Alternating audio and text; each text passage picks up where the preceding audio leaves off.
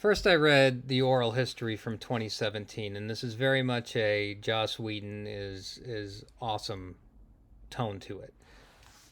But reading between the lines, because Charisma Carpenter's in here a lot, and attitudes and values are revealed because this is hot. I got there's more than 5 minutes in me to do on this. I'd recommend reading both of these back to back. Katz, I had no idea who Katz was. I still don't know. I only know Katz through this book, and this is one of the greatest books on Buffy out there. This celebrates what it was, but also reminds us of some issues with it that we need to grapple with in the show. Uh, and as you can see, I'm still thinking about it. This is on my mind. I would recommend reading this book, giving people your thoughts on this book. If we want this franchise to, I don't know if the franchise needs to continue.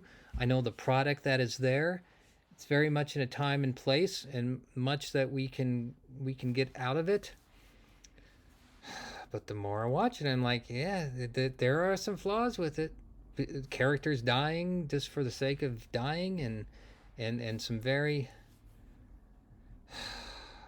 I know toxic is overused, but there's some attitudes that give me pause now, because I was. Well, I'm just thinking out loud with you today. There's much more to share, and maybe I'll do a larger breakdown based on an outline later. But if you haven't read this book and you're a Buffy fan, read this book, because you can see how I read it, and there's some great stuff here. This random page is about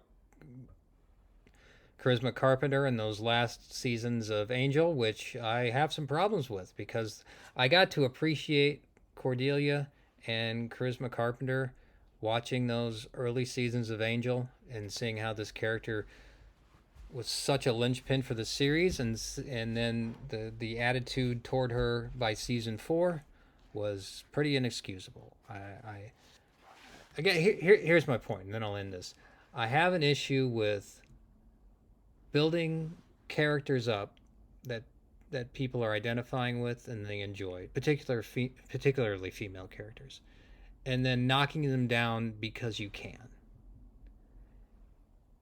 And that is one of the legacies of this franchise that we need to have a dialogue about.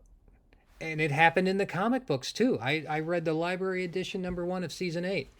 In one episode, Xander's falling in love with somebody, and an episode. In the other issue, she's already dead. What is the point there?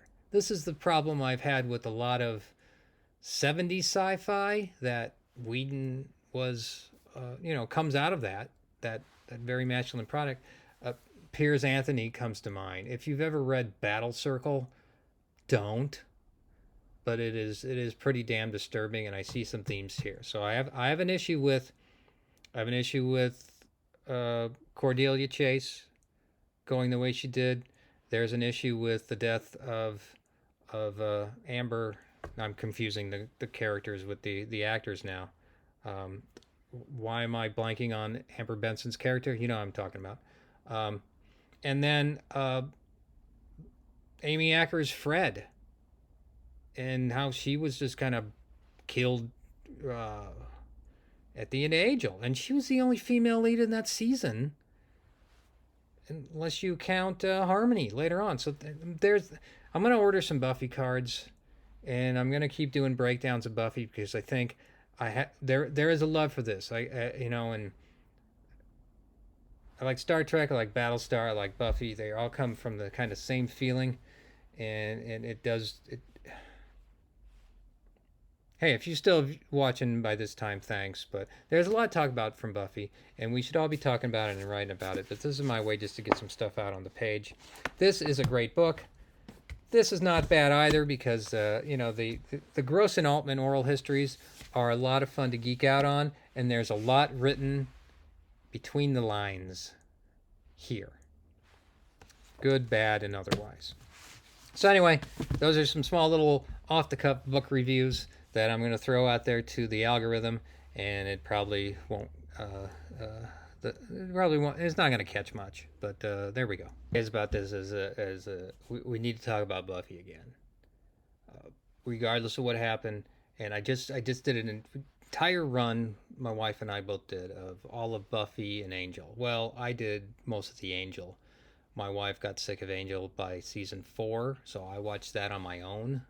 And then we went immediately to Angel season 5. We're almost done with that. I'm starting to read the season 8 comic books. I'm almost 50 years old now.